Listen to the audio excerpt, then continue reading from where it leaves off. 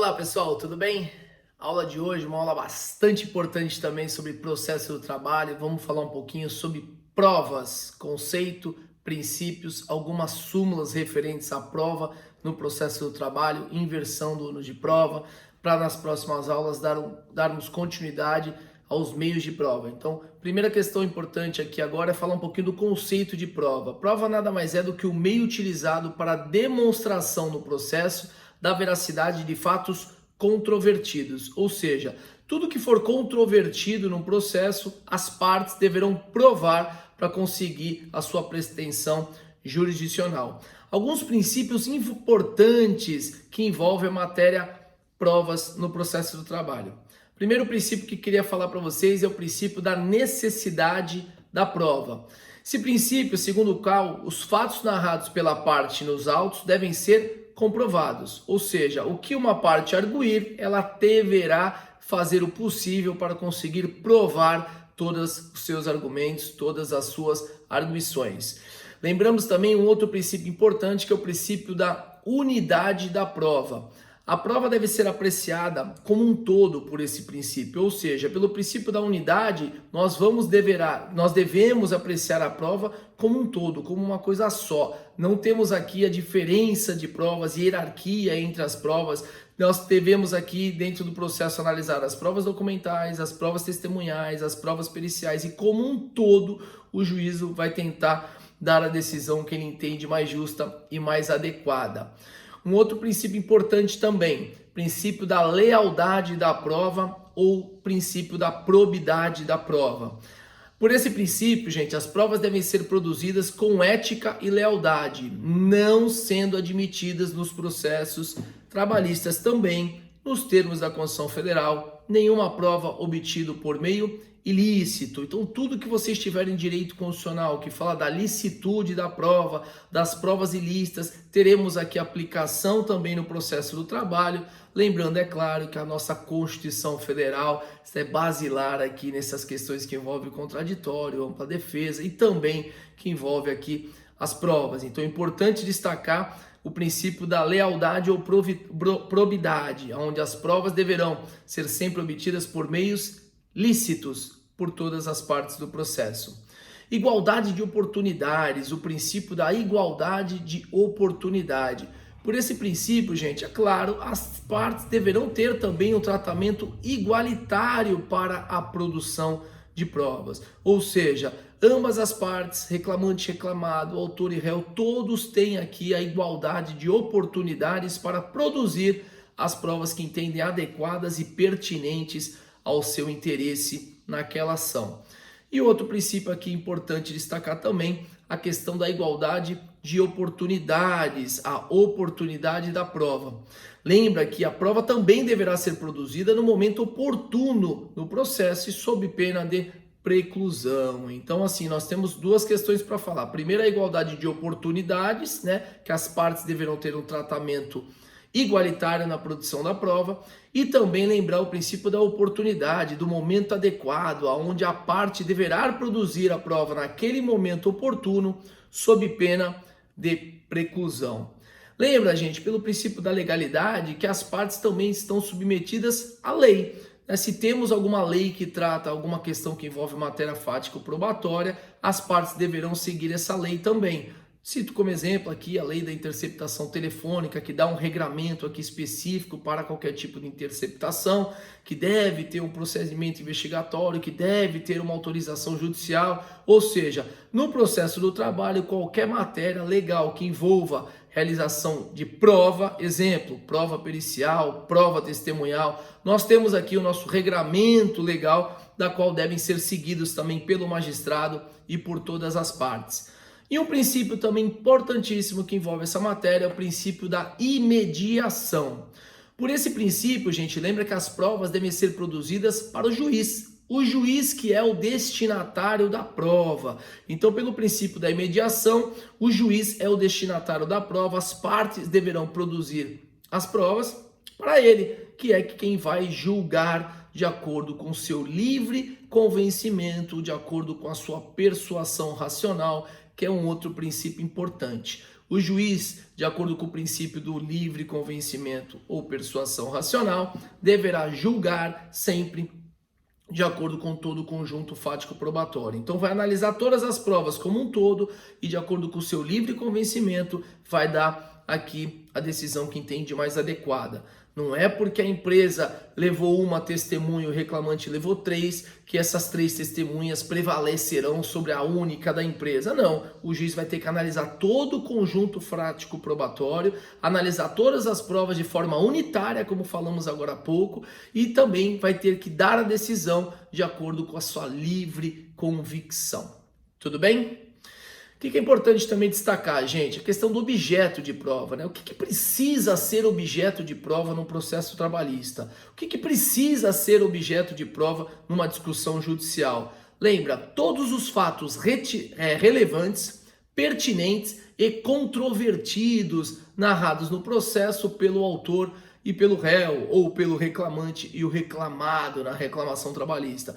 Então, todos os fatos que forem relevantes, pertinentes e controversos. O que é irrelevante não precisa provar. O que é incontroverso também não precisa provar. Agora, tudo que é pertinente, relevante e controvertido, as partes deverão sim provar. Discutiu-se muito, olha, o direito depende de prova, eu preciso provar o meu direito para o magistrado para conseguir aquela minha pretensão? Cuidado, o direito, como regra, não depende de prova, tá? Por quê? Porque a legislação federal e constitucional é obrigatório o conhecimento do magistrado. Então o magistrado tem o dever de conhecer a Constituição Federal, o magistrado tem o dever de conhecer a legislação infraconstitucional. Então, como regra, né, o direito constitucional e federal independe de prova, porque o magistrado tem o dever do conhecimento. Ressaltamos aqui algumas exceções, né? Excepcionalmente, por exemplo, se naquela minha pretensão eu estou invocando um direito estrangeiro, uma legislação municipal, uma legislação estadual ou distrital, ou na Justiça do Trabalho, muito comum, é um direito decorrente de um acordo coletivo ou de uma convenção coletiva da categoria profissional que envolve aquela discussão. Olha, esse tipo de legislação, esse tipo de direito, ou via convenção, ou via acordo, ou estadual, municipal, ou eventualmente o direito estrangeiro, o juiz não tem obrigação de conhecer, né? Porque não tem como o juiz tem a obrigação de conhecer a legislação infraconstitucional e a Constituição Federal. Agora, um direito decorrente, por exemplo, de uma convenção coletiva de uma categoria. Essa categoria aqui tem direito, por exemplo, à cesta básica. Se a parte pede cesta básica no processo, o juiz não tem obrigação de conhecer a convenção daquela categoria. Esse direito depende de prova. Quem pediu vai ter que juntar a convenção. Olha, eu estou pedindo um direito baseado numa legislação estrangeira. Esse direito eu vou ter que mostrar para o juízo a legislação estrangeira. Olha, é um direito decorrente de um acordo coletivo para uma categoria profissional. Esse direito decorrente do acordo coletivo, de uma legislação municipal, de uma legislação estadual, esse direito também depende de prova. Então, o direito, como regra geral, se for a legislação constitucional e infra, né, legislação federal, não há necessidade. Agora, se envolver legislação estadual, municipal, acordo ou convenção coletiva e também direito estrangeiro, a parte deverá provar nos autos o seu direito. Tudo bem? Então, fica aqui essas situações importantes para a gente passar sobre um outro tema específico previsto no artigo 374 do Código de Processo Civil. O CPC, gente, no artigo 374, fala lá, olha, os fatos que não precisam de prova, não precisa de prova. O quê? Primeiro, tudo que é notório. Olha, fato notório, eu não preciso provar. Se é notório, todo mundo sabe, para que eu vou ter que provar? Lembra, não precisa de prova os fatos afirmados por uma parte e confessados pela parte contrária. Eu afirmo algo na minha petição inicial. Na defesa, a outra parte confessa. Se ela confessou, eu não preciso mais provar, né? Independe de prova também. Lembra que também depende de prova aqueles fatos admitidos no processo como incontroversos. Olha, a parte não faz a impugnação específica, fica incontroversa aquela minha alegação, eu não preciso mais provar. Então lembra aqui a importância da confissão ficta, que é a importância aqui também dessa situação da confissão judicial. Se eu afirmo, a outra parte confessa, fica incontroverso, e sobre confissão é tema da nossa próxima aula, mas faço apenas essa ressalva aqui também. Independe de prova também os fatos em cujo favor milita a presunção legal de existência ou de veracidade, pessoal. Aqui a lei fala, olha, se eu falo uma determinada situação e eu tenho uma presunção legal favorável à minha pretensão, nessa situação também nós não precisamos provar. Esses fatos, nos termos da legislação processual civil, aplicados ao processo do trabalho, independe de prova. Outro ponto importante, falar um pouquinho agora sobre um artigo que trata do ônus da prova no processo do trabalho. E aqui, gente, quando nós falamos de ônus da prova, cuidado, porque o processo do trabalho lembra muito lá o Código de Processo Civil, e a CLT fala lá no artigo 818, o ônus da prova incumbe a quem? Lá no CPC, gente, a gente lembra que normalmente a gente tem aquela lembrança. Olha, o ônus da prova incumbe a quem? Ao autor dos fatos constitutivos do seu direito e ao réu dos fatos modificativos, impeditivos ou extintivos da obrigação. Aqui o processo do trabalho vem na mesma linha. O processo do trabalho vem na mesma linha e fala assim no artigo 818. O ônus da prova incumbe a quem? Primeiro, ao reclamante quanto ao fato constitutivo do seu direito e ao reclamado quanto à existência de fato impeditivo, modificativo ou extintivo do reclamante. Então essa aqui é a regra geral. Então lembrando muito o CPC, a gente tem uma regra aqui geral que envolve o tópico de ônus da prova. Olha, se eu alego, o ônus da prova é meu.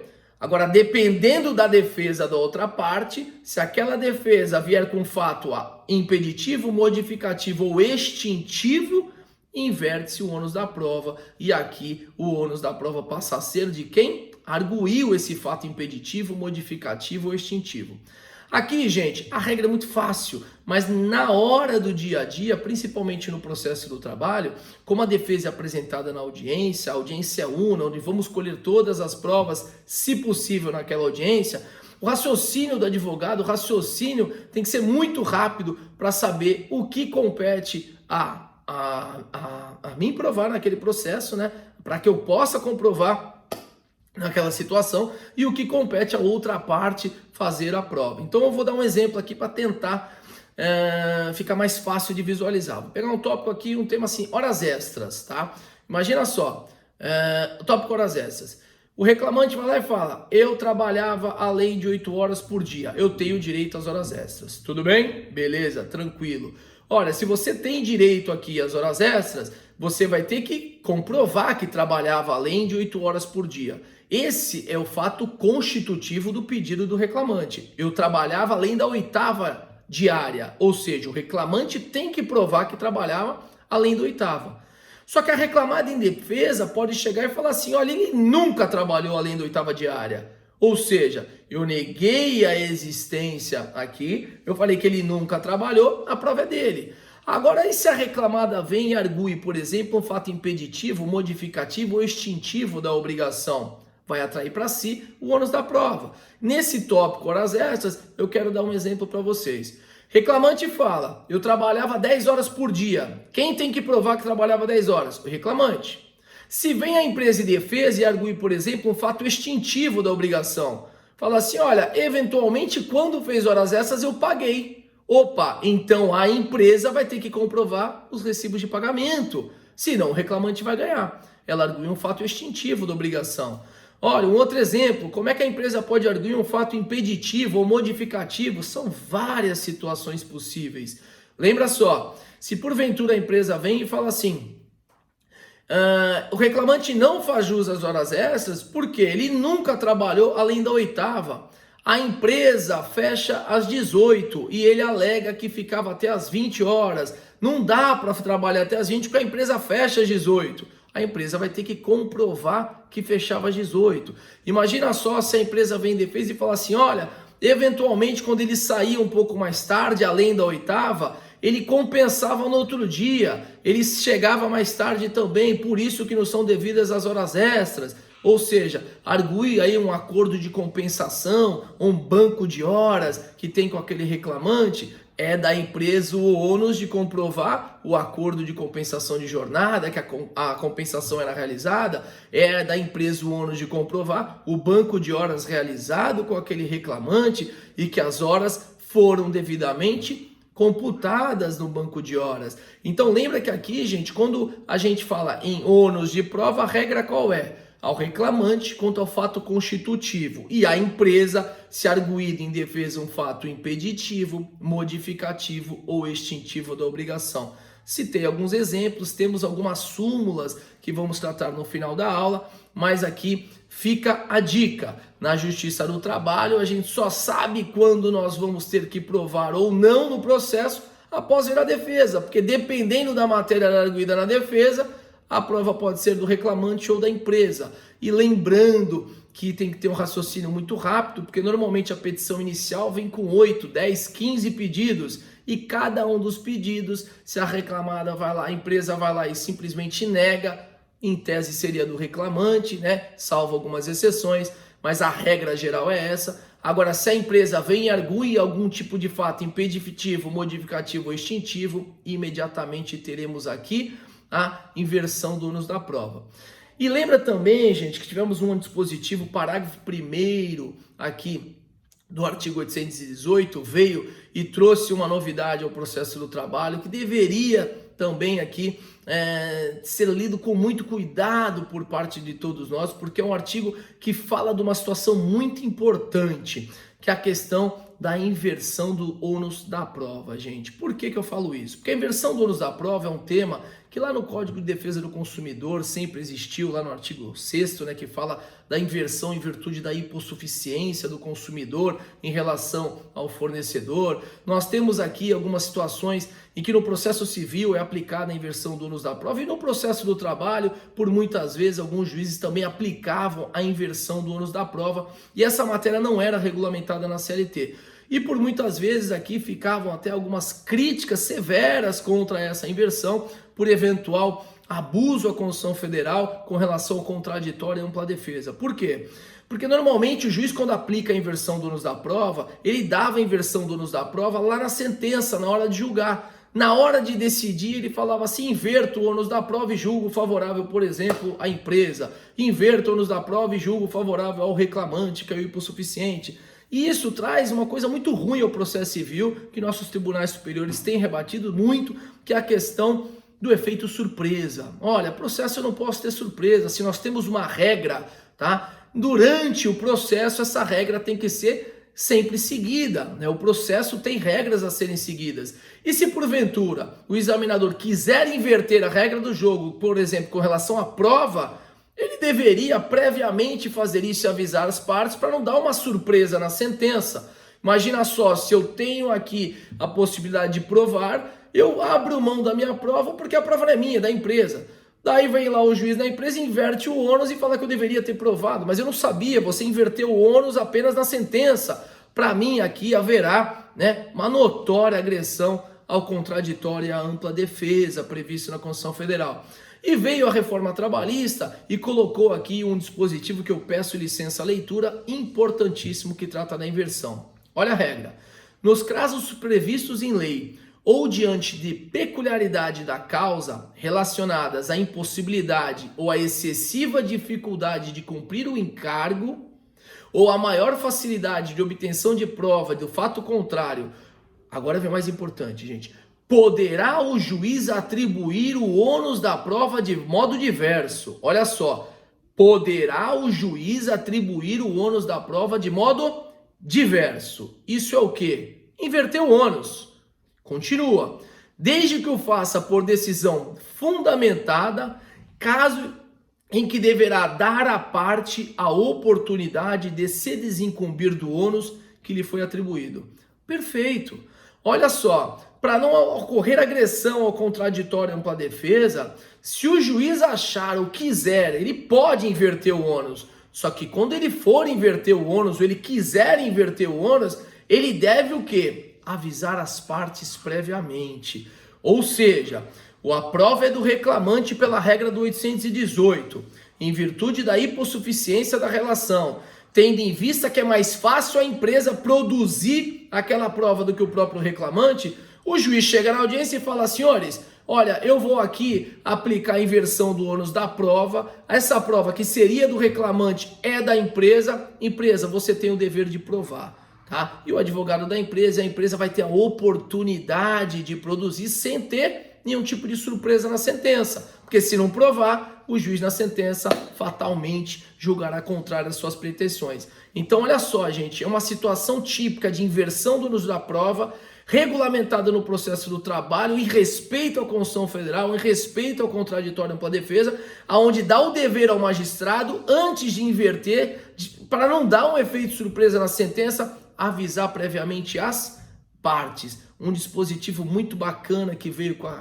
reforma trabalhista. E o parágrafo 2º continua, né? A decisão de inversão do ônus deverá ser proferida antes da abertura da instrução, e a requerimento da parte poderá implicar, inclusive, o adiamento da audiência. Olha, excelência, eu não trouxe testemunha para provar isso. A prova não era minha, já que você inverteu o ônus, eu requeiro aqui o adiamento da audiência para ter a oportunidade de provar, tá? Sempre possibilitando provar os fatos por todos os meios em direito admitidos. E o parágrafo 3º fala também que essa decisão de inversão do ônus não pode gerar situação em que a desincumbência do encargo pela parte seja impossível ou excessivamente difícil. Se o juiz inverte o ônus, é impossível para a reclamada, por exemplo, fazer esse tipo de situação, a inversão do ônus não deverá ser determinada sob pena de agressão ao contraditório e a ampla defesa também.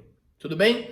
Um tema importante, olha, eu consigo fazer prova de fato negativo, algo que não existiu? Sim, no processo do trabalho é admitido também, em algumas situações peculiares, a prova de fato negativo. Exemplo, quando o empregador na defesa ele nega que tenha dispensado o empregado, é um fato negativo. Eu não dispensei o empregado, né? Opa, se ele não dispensou, vem aqui então a possibilidade do quê? Da empresa comprovar o abandono. Olha, se você não dispensou, você, empresa, vai ter que comprovar que você não dispensou. Como? Comprovando que o empregado abandonou o serviço. Então lembra aqui, gente, é possível a prova de fato negativo no processo do trabalho. E lembra de um outro tema importante, também previsto lá na legislação processual civil, que é a questão da produção antecipada da prova. Se necessário for, o juiz pode antecipar a produção da prova, qualquer tipo de prova, uma prova pericial, uma prova testemunhal, exemplos aqui típicos da doutrina e também da jurisprudência, uma testemunha que está com uma doença crônica que pode vir a falecer, vamos antecipar o seu depoimento. Olha, uma perícia técnica, por exemplo, numa empresa que pode fechar ou pode estar fadada a fechar o estabelecimento e daqui a 6 meses a prova não poderá ser mais produzida, ou a parte vai lá, peticiona e pede antecipação da prova, claro, para ser aqui decidida no caso concreto pelo magistrado. Algumas súmulas importantes do Tribunal Superior do Trabalho que tratam desse tema. Primeira súmula, súmula 460, que fala do Vale Transporte. Fala a súmula 460. É do empregador, ou seja, da empresa, o ônus de comprovar que o empregado não satisfez os requisitos indispensáveis para a concessão do Vale Transporte ou não pretende fazer uso do benefício. Então, essa prova do Vale Transporte é da empresa. Por isso que toda vez que a empresa vai contratar um empregado, faz lá aquele terminho de declaração de uso ou abrir mão do Vale Transporte, porque a empresa tem esse dever, esse ônus no processo do trabalho. Uma outra súmula importante, a súmula 461, que fala do fundo de garantia, diferenças de recolhimento. O que decidiu o TST? É do empregador o ônus da prova em relação à regularidade dos depósitos do fundo de garantia, pois o pagamento é fato extintivo do direito do autor. Então veio aqui, a gente tem aqui como empregador que realiza os depósitos, ele vai ter que ir lá e juntar, por exemplo, os comprovantes que os depósitos foram todos realmente realizados no período da relação de trabalho. A súmula 6, que fala de um tema que é equiparação salarial também. Olha, o empregado quer equiparar aqui o seu salário com a de outro empregado, porque exercia a mesma função e recebia menos, por exemplo. Veio lá o Tribunal Superior do Trabalho e na súmula 6 no inciso 8º, fala assim: é do empregador o ônus da prova do fato impeditivo, modificativo ou extintivo da equiparação salarial. Então lembra aqui, se a defesa arguir qualquer fato impeditivo, modificativo ou extintivo da equiparação, matéria sumulada, sem sombra de dúvidas, é dela o ônus da prova também. E lembra a súmula 212, que falamos agora há pouco a questão da prova do fato negativo, veio a súmula 212 do TST, também fala: o ônus de provar o término do contrato de trabalho quando negada a prestação do serviço ou o despedimento é do empregador. Então, se o empregador for lá e falar: olha, eu não mandei embora, prova o abandono, tudo bem? Falamos agora há pouco também a respeito da prova de fato negativo, que se encaixa aqui perfeitamente a súmula 212. Lembrando que todas essas súmulas, toda a matéria está disponível para vocês também no nosso arquivo de sala, nas nossas redes sociais, no Moodle ou eventualmente todo o material nos nossos sites. O que vocês têm que lembrar também, gente? Uma súmula importantíssima que trata sobre o tema jornada de trabalho. É a súmula 338 do TST. Essa súmula é muito importante, por quê? Porque um dos temas mais pedidos no processo do trabalho é hora extra. E a hora extra, gente, lembra que como é muito pedido, a gente teve aqui um posicionamento pacificado do Tribunal Superior do Trabalho na súmula 338. O que fala? Primeira coisa, é ônus do empregador que conta com mais de 10 empregados o registro da jornada de trabalho. Lembrando que tivemos uma MP recente que passou para 20 empregados, mas a súmula aqui ainda não foi alterada pelo TST. Mas lembre então, aquela empresa que tem mais de 10 empregados nos termos da súmula ou mais de 20 nos termos da MP, né? Na dúvida, vamos seguir aqui com mais de 10 já junta o registro de cartão de ponto, porque a empresa tem a obrigação legal de juntar cartão de ponto. Então tá lá, tá na lei, tem mais de 10 empregados, tem que ter cartão de ponto. Tem uma súmula que fala que tem mais de 10 empregados, tem que ter cartão de ponto. Lembrando agora que provavelmente essa súmula sofre alteração em virtude da alteração para 20 empregados. Mas enquanto isso não ocorre, chamamos atenção. Súmula 338, mais de 10 empregados tem que juntar cartão de ponto. Ou seja, se a empresa não junta cartão de ponto, aqui fatalmente poderá ter sua pretensão não acolhida pelo magistrado e o reclamante provavelmente irá ganhar as horas extras pleiteadas na inicial. E outra coisa importante que fala essa súmula é que fala assim, ó, os cartões de ponto que demonstram horários de entrada e saída uniformes são inválidos como meios de prova, invertendo-se o ônus da prova relativo às horas extras. Então cuidado aqui, gente. Aqui é o chamado cartão britânico, muito comum, né? Às vezes o cliente chega lá no escritório e fala assim: ó, você tem 15 funcionários, cadê os cartões de ponto? Ó, os cartões de ponto estão aqui, doutor. Aí você pega aquele cartão jornada, todo dia, 30 dias no mês, 8 às 12, 14 às 18, 8 às 12, 14 às 18, 8 às... Daí, para a Justiça do Trabalho, o TCE fala assim: ó, não é possível. Esse cartão aqui não comprova a veracidade. Não é possível que nenhum dia chegou um pouquinho atrasado ou mais cedo e vice-versa, ou na entrada, ou na saída, ou no intervalo. Para mim, isso aqui é preparado para o reclamante assinar e não condiz à realidade. Ou seja, não tem validade esses cartões de ponto no tocante às horas extras. A empresa vai ter que comprovar a real jornada por outros meios, exemplo, prova testemunhal ou uma confissão do reclamante, porque senão esse meio de prova não vai ter validade. Então lembra, cartões britânicos com horários de entrada e saída uniformes são inválidos como meio de provas no tocante às horas extras. Por que eu falo no tocante às horas extras? Porque esse cartão, eventualmente, num pedido de feriado trabalhado, poderá ter validade. Para as horas extras, como os horários são uniformes, não tem validade. Mas, por exemplo, se o empregado está pedindo lá que trabalhou no feriado de algum feriado nacional e no cartão de ponto tá que ele folgou e ele assinou, olha, folguei, assinou lá depois no final do mês a folha de ponto confirmando que folgou naquele dia. Para o feriado pode ter validade, agora para a jornada de trabalho não, é claro, lembrando que pelo princípio que falamos agora há pouco, o juízo vai analisar a prova como um todo o conjunto probatório de acordo com a sua livre convicção. Tudo bem, galera? Então, olha só, uma aula importantíssima, falamos de alguns princípios que envolvem prova, falamos da inversão do ônus da prova, falamos aqui de algumas súmulas que envolvem a prova e na matéria eu vou colocar algumas decisões também recentes para vocês acompanharem. Na nossa próxima aula, vamos falar sobre outros temas importantes, dando continuidade à matéria, que será confissão e meios de prova. Falaremos sobre a confissão no processo do trabalho, prova documental, prova pericial e prova testemunhal também. Tudo bem? Obrigado, um beijo a todos e qualquer dúvida, estamos aí sempre à disposição. Valeu, galera, um beijo.